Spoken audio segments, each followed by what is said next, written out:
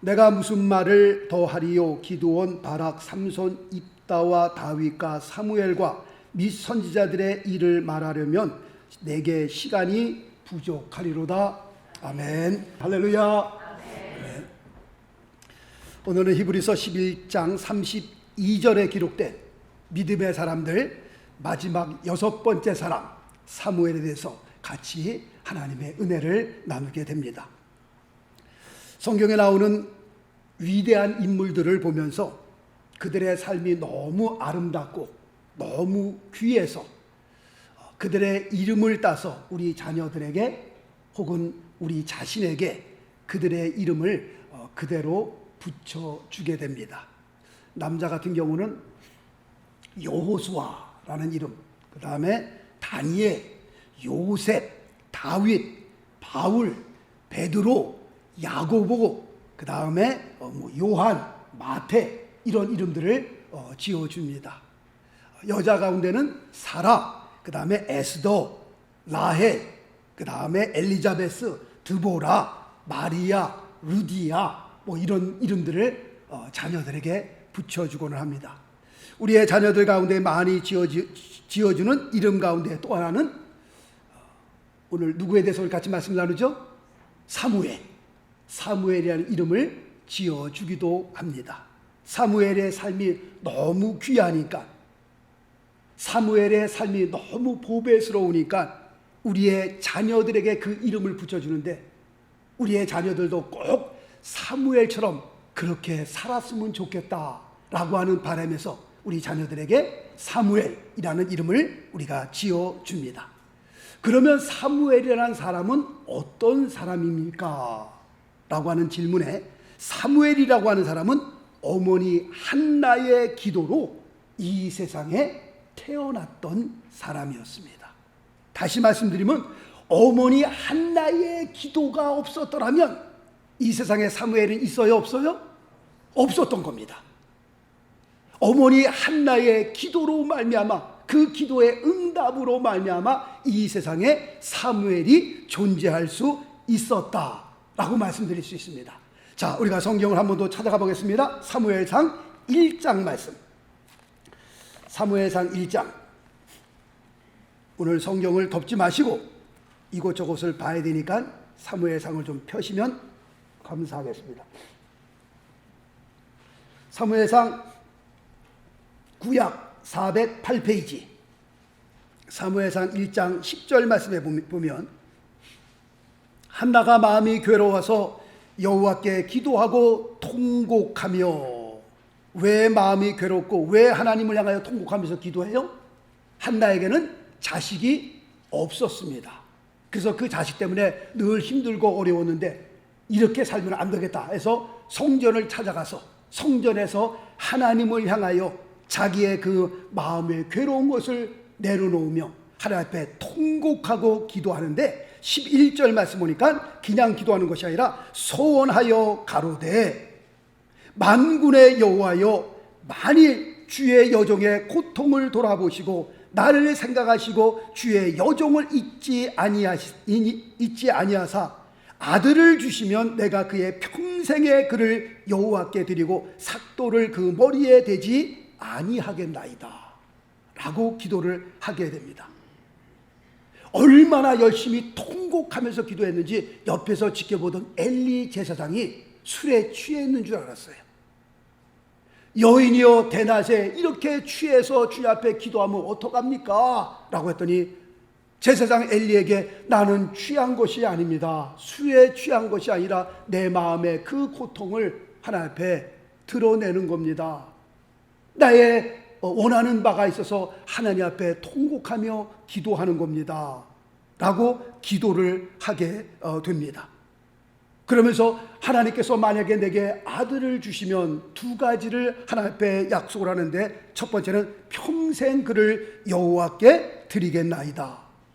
두 번째는 삭도를 그 머리에 대지 않겠습니다. 누구와 비슷해요? 삼손과 비슷하지요. 다시 말씀드리면 하나님께서 내게 아들을 주시면 내가 나실인으로 하나님 앞에 드리겠습니다 라고 기도를 합니다.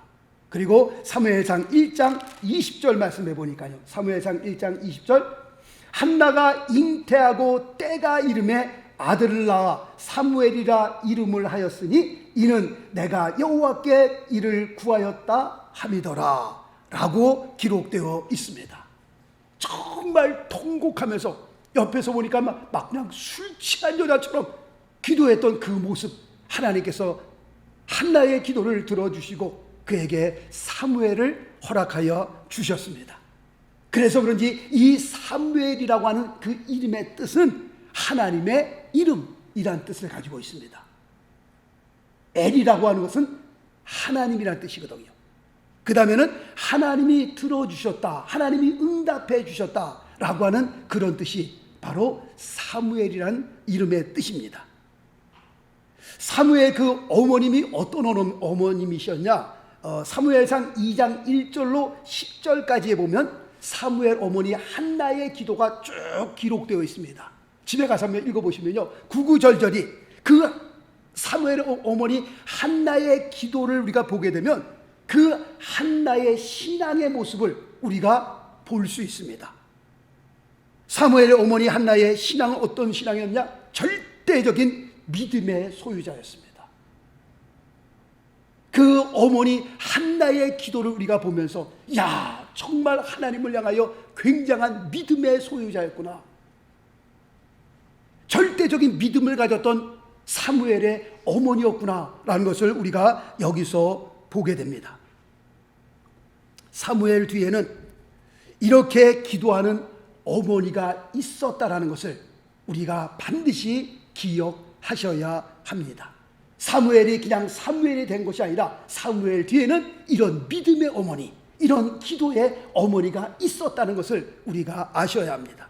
다시 말씀드리면 우리 부모님들은, 오늘날 우리 부모님들은 자식을 위해서 어떻게 해요? 기도하셔야 합니다. 이런 말이 있잖아요. 기도하는 자식은 절대로 망하지 않는다 라고 하는 말이 있습니다. 맹자를 맹자로 만든 사람은 맹자의 어머니라고 하잖아요. 한석봉을 한석봉으로 만들 수 있었던 것도 그 뒤에 한석봉의 어머니가 계셨다는 거예요. 그 유명한 메가더 장군 뒤에도요, 그 뒤에는 어머니의 기도가 있었습니다.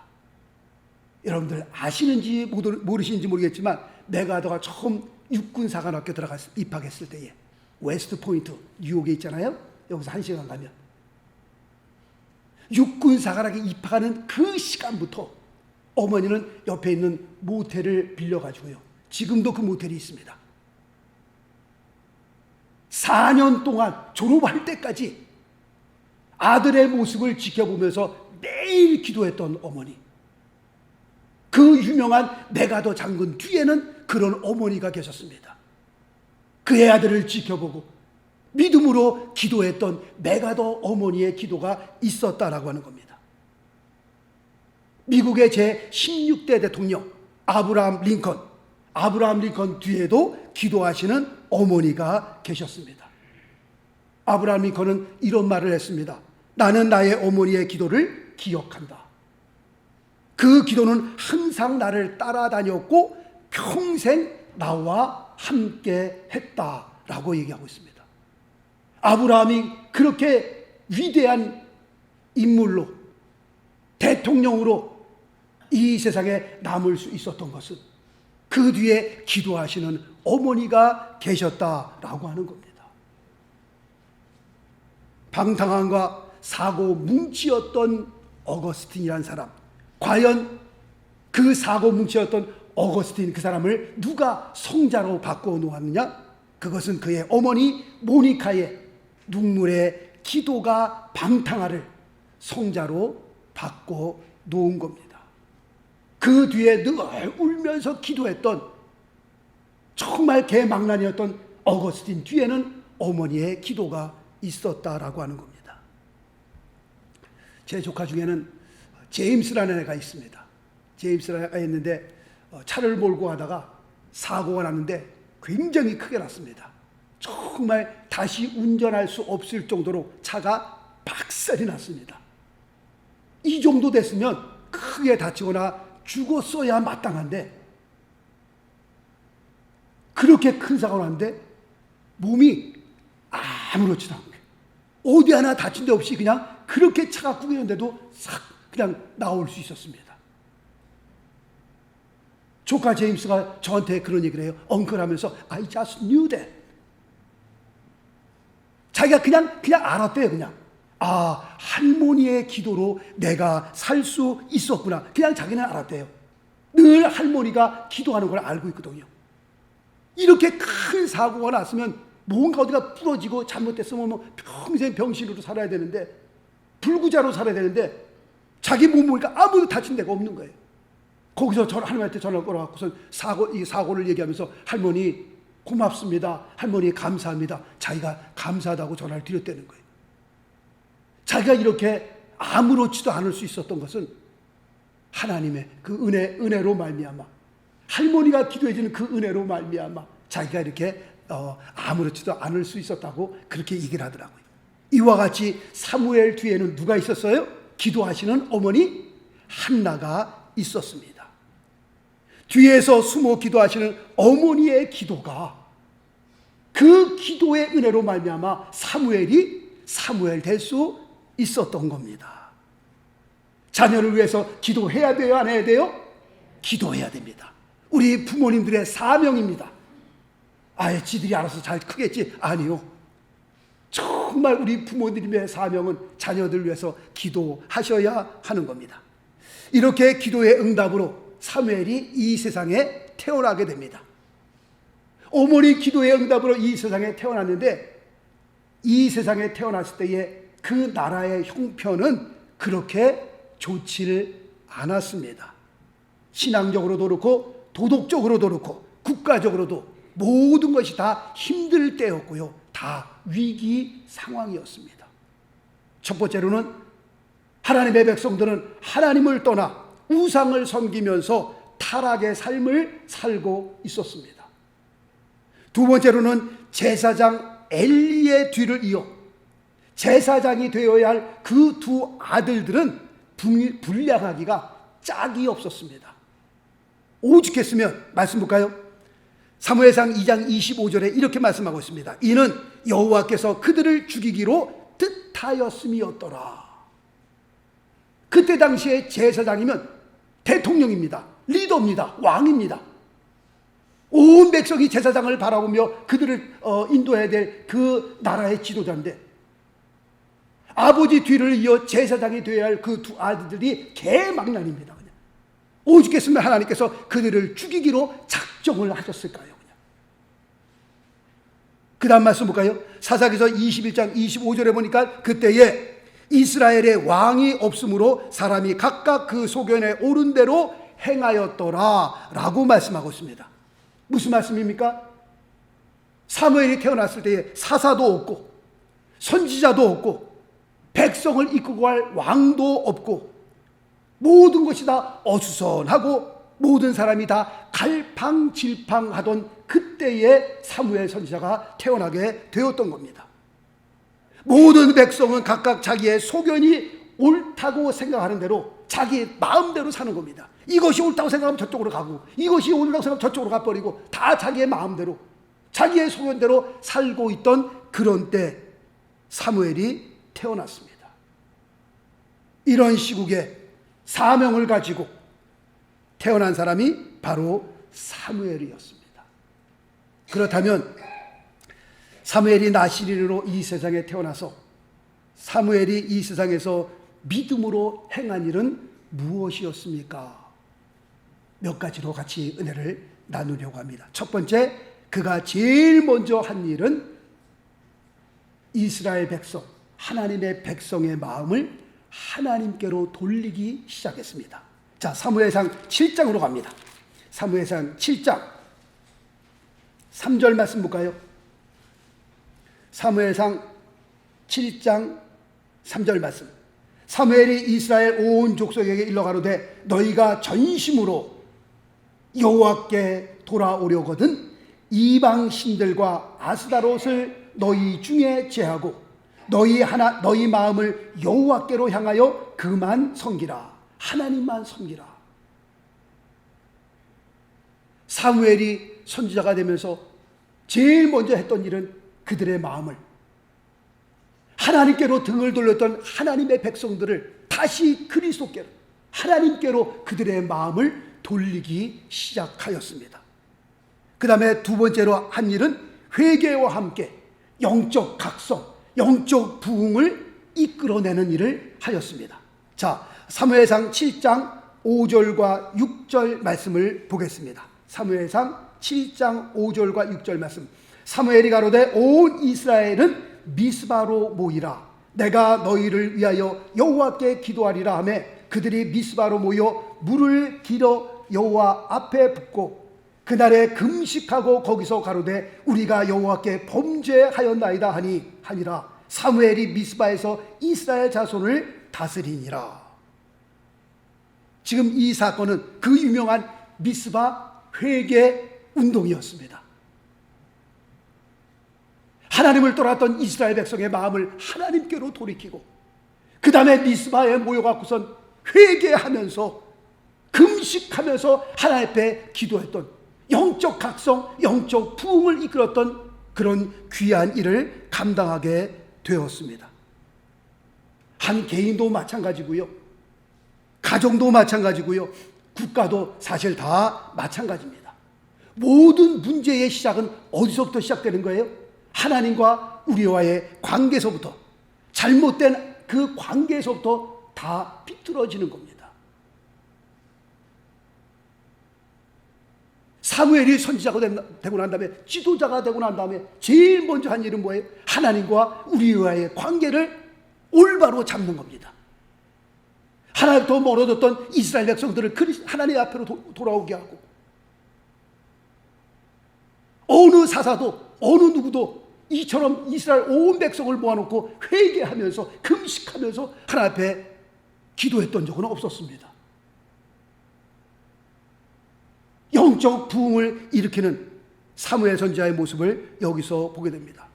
그러므로 우리의 삶에, 우리의 가정에, 국가에 위기가 찾아오게 되면 우리 크리스천들은 제일 먼저 해야 할 일이 뭡니까? 나와 하나님의 관계의 회복에 우리가 초점을 맞춰야 하는 겁니다. 왜냐하면 사실 알고 보면 모든 문제가 여기서부터 시작되기 때문에 그렇습니다. 자, 말씀 볼까요? 창세기 35장 3절 말씀 보니까 우리가 일어나 베델로 올라가자.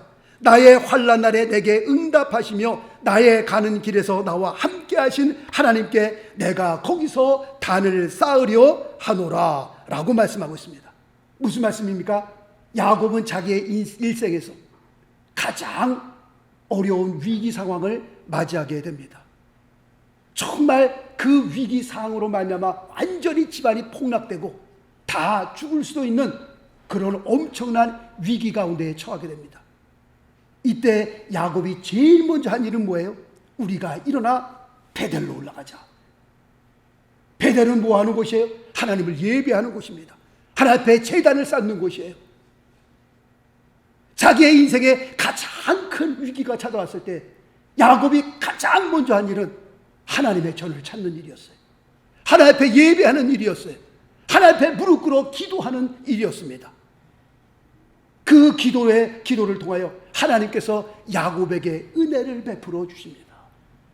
정말 모든 것이 다 망하고 다 죽어야 될 그런 상황이었었는데 하나님을 찾는 그 일로 말미암아 하나님께서 그의 가정에 은혜를 베풀어 주셨습니다. 요나라고 하는 사람은 큰 물고기 뱃속에서 제일 먼저 그가 한 일이 무엇이었습니까? 하나님을 찾는 일이었습니다. 성전을 향하여 그가 하나님 앞에 회개하는 그런 일을 제일 먼저 했습니다. 큰 물고기 뱃속에서 고기가 가만히 이렇게 떠 있나요? 그냥 올라갔다 내려갔다 막 이리 갔다 저리 갔다 그러는데 성전이 어느 쪽에 있는 줄 알아요. 그러나 그의 심중에 누구를 향하는 거예요? 하나님을 향한 겁니다. 성전을 내가 바라보며 하나님 앞에 기도하나이다. 삶의 위기가 찾아왔을 때 제일 먼저 했던 일은 회개였습니다. 하나님과 나와의 관계를 푸는 겁니다. 하나님 잘못했습니다. 하나님 용서하여 주옵소서. 무릎 꿇고 하나님 앞에 회개하는 그 일을 통하여 그가 다시 하나님께 생명을 살려주시고 사명의 길을 다시 갈 수 있도록 하나님께서 은혜를 베풀어 주시잖아요. 나라의 위기가 찾아왔을 때에 사무엘이 가장 먼저 했던 일은 사람을 모아 회의하는 일이었습니까? 아니요. 이웃 나라를 찾아다니면서 화친하는 일이었습니까? 아니었습니다. 나라의 위기를 바라보면서 사무엘 선지자가 가장 먼저 했던 일은 백성들을 모아 회개하며 금식하는 일이었습니다. 다시 말씀드리면 하나님과의 모든 관계를 회복하는 그 일을 가장 먼저 했던 겁니다. 우상을 다 찍어버리고 우상을 버려버리고 그들의 마음을 하나님께로 돌이키고 회개하며 금식하는 일, 그가 이스라엘의 지도자가 되면서 가장 먼저 했던 일이었습니다.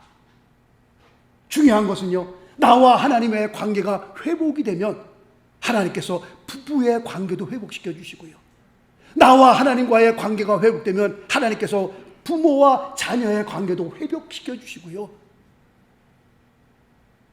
나와 하나님의 관계가 회복되면요, 잘못 나갔던 사업도 다시 하나님께서 회복시켜 주는 역사가 일어나고요, 잃어버렸던 건강도 하나님께서 다시 건강을 회복시켜 주시고요. 할렐루야. 우리 크리스천들은 그렇습니다. 우리의 삶 가운데 우리의 가정에 위기를 맞이했을 때 가장 먼저 떠올리는 것은 뭐예요? 하나님과 나와의 신앙의 관계입니다. 무릎 꿇고 하나님 앞에 기도해야 되고요, 회개해야 되고요, 할 수만 있으면 금식까지 해가면서 하나님과 나와의 관계를 풀어야 할 것입니다. 왜냐하면 모든 문제는 거기서부터 시작되기 때문에 그렇습니다. 그 다음에 세 번째 보면 사무엘 선지자가 믿음으로 행한 일 가운데 또 하나는 블레셋과의 전쟁에서 기도를 통해 승리를 이끌어냅니다. 자, 사무엘상 7장 7절 말씀부터 보겠습니다. 사무엘상 7장 7절 말씀부터 제가 11절까지 쭉 읽겠습니다. 이스라엘 자손이 미스바에 모였다 함을 블레셋 사람이 듣고 그 방백들이 이스라엘을 치러 올라온지라 이스라엘 자손이 듣고 블레셋 사람을 두려워하여, 왜냐하면 미스바에 온 민족이 다 모여서 막 영적 각성이 일어났잖아요. 막 기도하고 회개하고 금식하니까 블레셋 나라들은 얘들이 모여서 전쟁을 준비하는구나, 그렇게 착각을 했던 거예요. 야, 그러니 우리 가서 먼저 치자 해서 블레셋 사람이 막 금식하며 기도하고 금식 기도하는데 창을 갖고 기도해요, 아니면 칼을 갖고 기도해요. 그냥 다 모여서 기도하는데 블레셋 사람들이 전쟁하려고 지금 모여든 겁니다. 자, 8절 말씀 볼까요? 사무엘에게 이르되 당신은 우리를 위하여 우리 하나님 여호와께 쉬지 말고 부르짖어 우리를 블레셋 사람의 손에서 구원하시게 하소서. 9절에 보니까 사무엘이 젖먹는 어린 양을 취하여 온전한 번제를 여호와께 드리고 이스라엘을 위하여 여호와께 부르짖음에 여호와께서 응답하셨더라. 사무엘이 번제를 드릴 때에 블레셋 사람이 이스라엘과 싸우려고 가까이 오매 그날에 여호와께서 기적을 일으키시죠. 어떤 기적이에요? 블레셋 사람에게 큰 우레를 발하여 그들을 어지럽게 하시니 그들이 이스라엘 앞에 패한지라. 이스라엘 사람이 미스바에서 나가서 블레셋 사람을 따라 베델 아래로 이르기까지 쳤더라. 하나님과의 관계가 회복되니까 하나님께서 전쟁까지도 승리하는, 기적을 베풀어 주셔서 전쟁까지도 승리하게 하는 그 역사를 이루는 것을 여기서 보게 됩니다. 밑으로 내려가서 14절 말씀 볼까요? 블레셋 사람이 이스라엘에게서 빼앗았던 성읍이 에그론으로부터 가드까지 이스라엘에게 회복되니 땅도 회복되고요, 이스라엘이 그 사방 지경을 블레셋 사람의 손에서 도로 찾았고 또 이스라엘과 아모리 사람 사이에 평화가 있었더라 라고 말씀하고 있습니다. 하나님과의 관계가 회복되니까 하나님 앞에 부르짖어 기도하는 그 기도를 통하여 하나님께서 전쟁을 승리케 하시고 또 그 나라에 평화를 주신 역사를 여기서 보게 됩니다. 네 번째로는 사무엘은 이스라엘 나라에 초대왕을 세우는 일을 하게 됩니다. 이스라엘의 초대왕을 세우는 일은 사실은 사무엘이 기뻐하지 않았던 일이었습니다. 사무엘이 이 일로 말미암아 하나님 앞에 기도하게 됩니다. 그리고 하나님께서는 이렇게 기도에 응답하십니다. 사무엘상 8장 7절 말씀 보겠습니다. 사무엘상 8장 7절. 여호와께서 사무엘에게 이르시되 백성이 내게 한 말을 다 들으라. 그들이 너를 버림이 아니요 나를 버려 자기들의 왕이 되지 못하게 함이니라. 이스라엘의 왕을 세우는 일은 하나님을 슬프게 했던 일이고요, 그 다음에 사무엘 선지자를 슬프게 했던 일이었습니다. 그 이유가 뭐예요? 이스라엘 백성은 눈에 보이지 않는 하나님이 자기들의 왕이 된 것이 좀 불안한 겁니다. 보이지 않는 하나님을 왕으로 섬기고 지금 우리 온 백성이 따라가니까 하나님 말고 눈에 보이는 왕을 우리에게도 주옵소서. 그래야 우리의 마음이 좀 편할 것 같습니다. 그런 의미에서 하나님 말고 눈에 보이는 사람을 우리의 왕으로 삼아 주옵소서. 그 일은 하나님도 그리고 사무엘 선지자도 그 일은 그들을 슬프게 한 것이었습니다. 하여튼 사무엘은 사사시대와 그 다음에 왕정시대를 잇는 그런 역사의 다리 역할을 했던 사람이 사무엘 선지자였습니다. 그리고 다섯 번째, 마지막으로 사무엘은 믿음의 사람이요 그는 기도의 사람이었습니다. 자, 말씀 볼까요? 시편 99편 6절 말씀 보니까 그 제사장 중에는 모세와 아론이요 그 이름을 부르는 자 중에는 사무엘이라 저희가 여호와께 간구함에 응답하셨더라. 지금 이 말씀을 보면서 하나님 앞에 기도했던 기도의 사람들의 이름이 나옵니다. 모세, 아론, 사무엘. 특별히 그 모세와 사무엘이라고 하는 사람은 늘 하나님의 백성을 위해서 중보 기도를 드렸던 아주 대표적인 믿음의 사람들이었습니다. 사무엘 그러면 그는 어떤 사람이에요? 기도했던 사람이에요. 이스라엘 백성을 위해서 늘 중보 기도를 드렸던 사람, 기도에 의해서 태어났던 사람이고 늘 기도했던 사람이고요, 그의 삶을 기도로 마쳤던 사람 누구예요? 사무엘 선지자였습니다.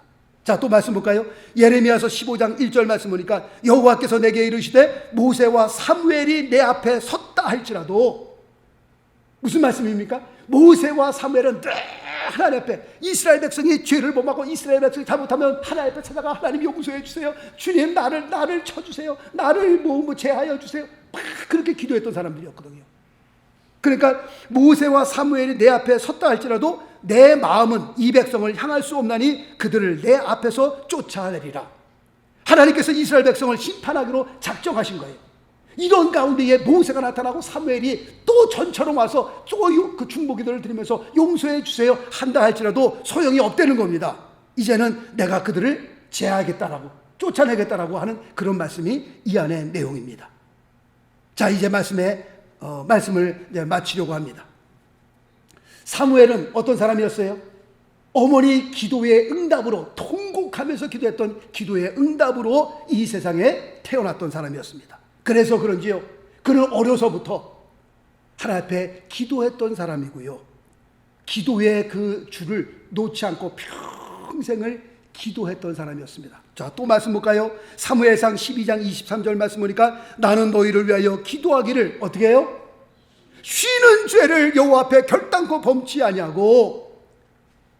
사무엘에게 있어서 기도하는 것은 마치 무엇 같아요? 하나님 앞에 죄를 범하는 것 같아요.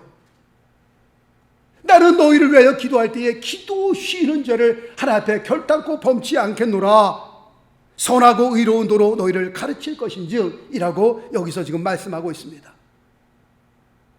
우리가 살아가는 지금 이 시대, 우리가 이 세상을 우리가 바라보면서 사무엘 시대에 못지않게 영적으로 도덕적으로 굉장히 타락한 그런 시대에 우리가 살고 있습니다.